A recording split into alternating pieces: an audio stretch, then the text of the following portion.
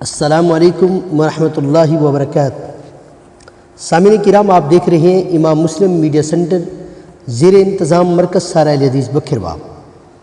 آج ہم آپ کو بتائیں گے کہ نبی کریم صلی اللہ علیہ وآلہ وسلم اپنی بیویوں سے کیسے محبت کی باتیں فرمایا کرتے تھے۔ ایک مرتبہ نبی کریم صلی اللہ علیہ وآلہ وسلم گھر میں تشریف فرما تھے۔ آپ صلی اللہ علیہ وآلہ وسلم نے سیدہ عائشہ صدیقہ رضی اللہ تعالی عنہا سے فرمایا، حمیرہ تم مجھے مکھن اور چھہارے ملا کر کھانے سے زیادہ محبوب ہو۔ وہ مسکرا کر کہنے لگی، اے اللہ کے نبی کریم صلی اللہ علیہ وآلہ وسلم، مجھے آپ مکھن اور شہد ملا کر کھانے سے زیادہ محبوب ہیں۔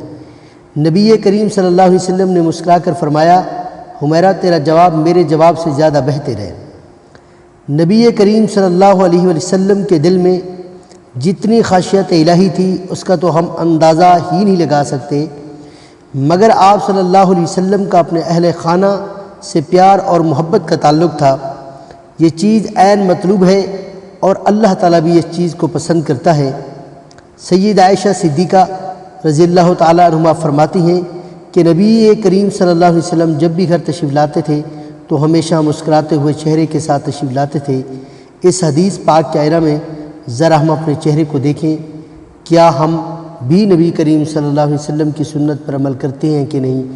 دعا ہے کہ اللہ پاک ہمیں آپ صلی اللہ علیہ وسلم کے نقش قدم پر چلنے کی توفیق عطا فرمائے۔